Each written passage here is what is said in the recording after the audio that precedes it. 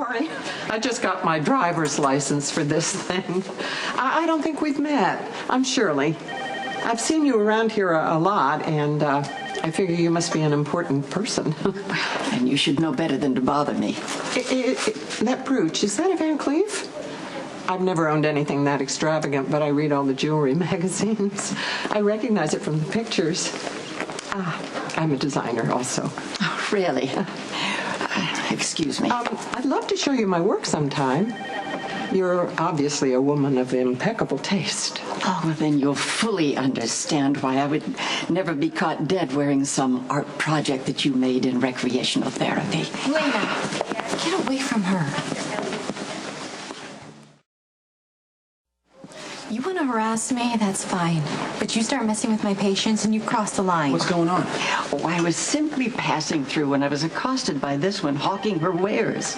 Really, Dr. Weber, you might want to ask yourself if you're running a hospital or a flea market. Helena has no business here. I'm so tired of her circling like a vulture. Oh, you know, all this vitriol can't be good for my great-grandchild.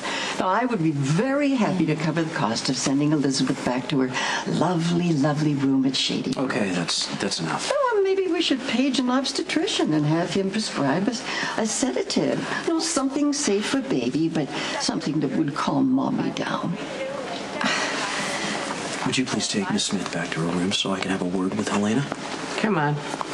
I want to show you those earrings I told you about. Now, I realize that Elizabeth is your sister, but to behave... Give it a rest. I know. This is just a game for you. One I have no interest in playing. So against my better judgment, I'm going to turn around and walk to the desk.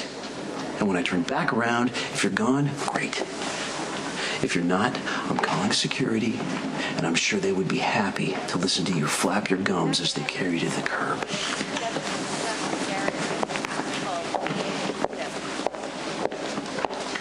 See, that's the woman I was telling you about. I know you think I'm exaggerating, but she really is dangerous. I knew who she was. I just wanted to get up close and personal, like pressing your nose against the glass of a shark tank in an aquarium. You don't know how dead on that analogy is. I'm sorry she insulted you at your work. I would never let anyone like that wear any of my pieces. Just promise me if you ever see her again, you'll just stay away from her, because I don't want her to hurt you to get a reaction out of me. Friends, we are, aren't we? I'm terminal. What can Helena do to me? This is a perfect place for a table sale of my pieces. And remember, your pieces are unique, so they might not appeal to the masses. I just wish that everyone would appreciate them. If wishes were horses and beggars could ride, the worst that could happen is I'll fall on my face. Then I'll dust off my nose, pick up my teeth, and try something else. Yeah, I think I'm going to do that, too. Take your time, dear. Jewelry design is not for everyone. No, I mean, I can't be afraid to try, because if there is some chance for me and Lucky, then I need to figure it out. You paged me? Yes. I wanted to hear directly from you what happened with Helena earlier. Nothing that hasn't happened before. Helena was just her usual terrible self, except not only to me, to one of my patients who happens to have terminal cancer. She's becoming more obnoxious and entitled by the minute, Nicholas. It's time to send her away. I told you I want her here so I can keep a close eye on her. Keep a closer eye, then. You think you might be overreacting a bit? Really? Is this the same woman who kidnapped Lucky and staged his death, and that's just one of how many crimes? I do not have the time or the energy to be dealing with your deranged grandmother, okay? I am trying to rebuild my life again, and the last thing I need is to be constantly looking over my shoulder. Look, I get all the history, okay?